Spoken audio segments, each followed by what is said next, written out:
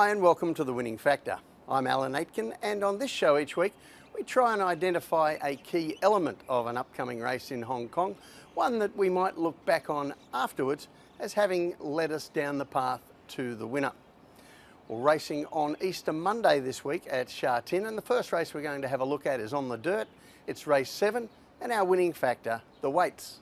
Now a glance at the field here and we see that this Class 2 features some of our better performing dirt trainers. Gunnison from the John Size Yard, Ugly Warrior for Me Choi, and John Moore trained Fortune Booth. And just along those lines, I'm going to show you a graphic now. This is over the last 10 years in Hong Kong on the dirt, and these are the leading 6 jockeys and trainers. Now you can take your pick how you assess them. Me Choi wins more races than John Size and John Moore, but they have better strike rates than him. On the jockeys table, it's Zach Purton and Joe Moreira up the top, and pretty much the same story. One has the better strike rate, one has more winners over that 10 years. Of course, Joe only rode here since 2013. But they're our top performers on the dirt, and that leads us into 2 of the main chances here in Monday's Dirt Class 2. First of all, Gunnison, John Size and Joe Moreira, and also Ugly Warrior, which is a ride for Zach Purton for the Me Choi Yard.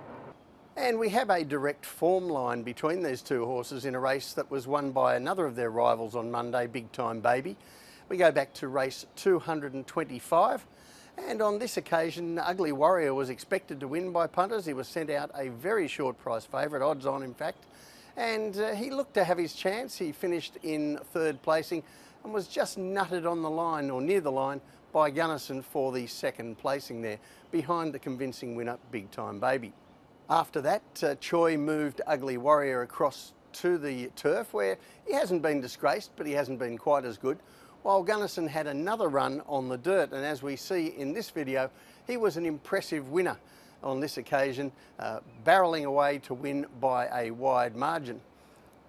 And that's been a crucial element in how they line up on Monday. That easy win meant that Gunnison soared in the ratings, going up 11 points, while Ugly Warrior through those turf races has come down a point. So they actually meet 12 points Ugly Warrior's way for that half length between them back in December, and that looks a crucial element of the race. And on the map, any element that provides a difference between them is important, because it looks here like they're going to race pretty much in the same spot together. So anything that gives one an advantage over the other is going to be important. We'll see Jumbo Luck probably lead coming across them from the outside, and then Gunnison and Ugly Warrior position up just behind him. So the tip in race 7, Ugly Warrior. His winning factor, the weights. As you can see, both have great chances, they have good personnel, and they look to get good runs in the race. But I think that swing in the handicaps is going to prove the crucial element to this race. The second race we're going to have a look at on Monday is race 10. And our winning factor here, the map. Now taking a look at this field, your eye is drawn to the last start winner Superwise over this course and distance, as well as the 3-year-olds, Perfect Match, Shining Gem and Chairman Low. And the pair we're going to look at most closely here is Perfect Match and Chairman Low. Now we're going to have a look at Chairman Low's latest effort in race 545, and he hasn't earned himself a lot of brownie points lately for being a beaten favourite several times. On this occasion he got a long way back out of the race, he fluffed the start and left himself with way too much to do on the home turn. But you'll see he unleashed a very strong sprint. He just wasn't able to sustain it all the way down the home straight at Sha Tin. Now the last time we saw Perfect Match, he was also a beaten favourite back in race 375, and on this occasion he crossed from an outside gate, he sat outside the lead, but he found King Opie just too strong, and of course that's no disgrace. King Opie, winner of 4 or 5 races this season, he's been in fantastic form, and he just wore Perfect Match down over the final stages. Now while Chairman Low has been seen at the races frequently of late, that isn't the case with Perfect Match. He'd won 3 in a row before that defeat, And then Danny Shum made a crucial decision to give him a break, including some time up at the Chung Fa Training Centre. And that looks to have been a key point in the development of this impressive young horse. We saw him in a barrier trial recently. In fact, he's had 3 trials leading up to this race. But the latest on April 6 at Happy Valley, a very impressive winner. He was able to, again, sit outside the lead. He didn't beat an awful lot, but it was the way he did it. Zach Purton just sitting still on him, not asking him for any effort at all, and he still came away to win very, very easily.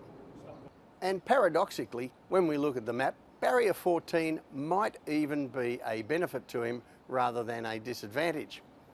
Now you have a look at the map here, and he's drawn the outside, and we know how he's going to race. He's going to bounce out and press forward, but the advantage here of gate 14 is that Zach Purton is able to look across to his inside, see how the race is working out, and make a decision to either go all the way forward or maybe to tuck in behind 1 or 2 if the pace is a bit stronger than expected. So he is able to plot his own course, so to speak.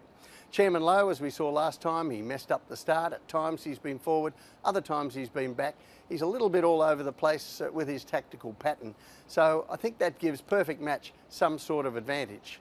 So in race 10, the tip, Perfect Match. His winning factor, the map. That trial shows us that Perfect Match has come back in great order after his little off-season break. And the gate 14, I don't think is a disadvantage. I think it enables Zach Purton to pick the tactics that best suit his horse. Well, that's it from the winning factor this week. Good luck on Monday. We'll see you next time.